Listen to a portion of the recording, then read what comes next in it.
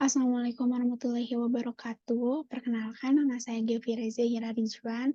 Saya dari kelas biologi 1B dengan NIM 12320606042. Di sini saya akan sedikit menjelaskan atau mempresentasikan tentang konsep dasar biologi molekuler yang berkaitan dengan genetika dan epigenetik.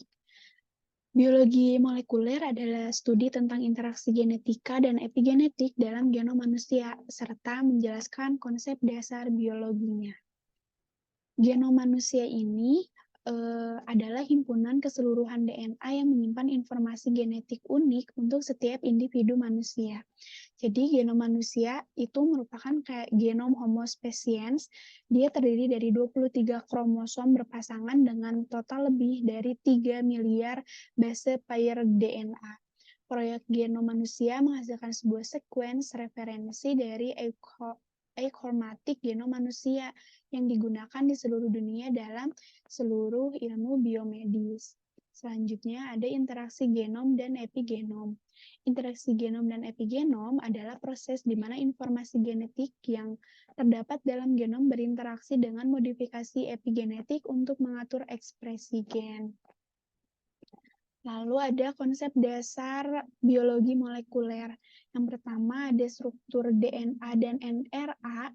DNA adalah molekul ganda yang terdiri dari dua untai, sedangkan RNA adalah untai tunggal yang menerima pesan genetik dari DNA untuk sintesis protein. Yang kedua ada proses replikasi DNA, proses di mana DNA menghasilkan salinan dirinya sendiri sehingga informasi genetik dapat diturunkan ke generasi selanjutnya.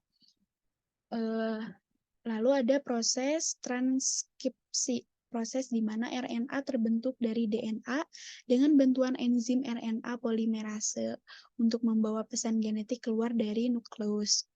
Dan terakhir ada proses translasi, proses di mana polipeptida atau rantai asam amino disintesis dari mRNA selama pembentukan protein dalam ribosom. Lalu ada genetik dan pewaris sifat.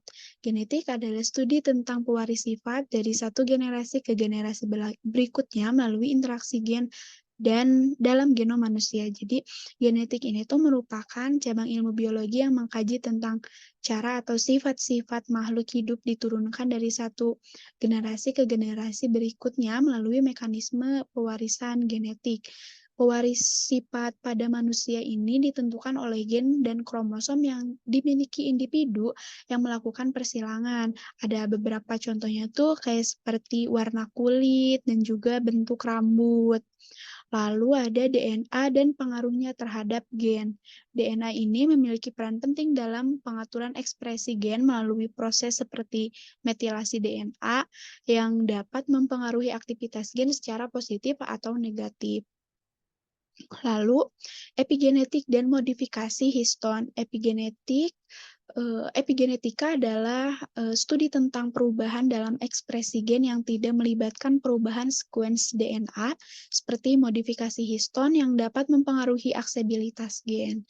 Sekian yang dapat saya sampaikan. Mudah-mudahan bisa bermanfaat. Wabillahi taufiq wal hidayah. Wassalamualaikum warahmatullahi wabarakatuh.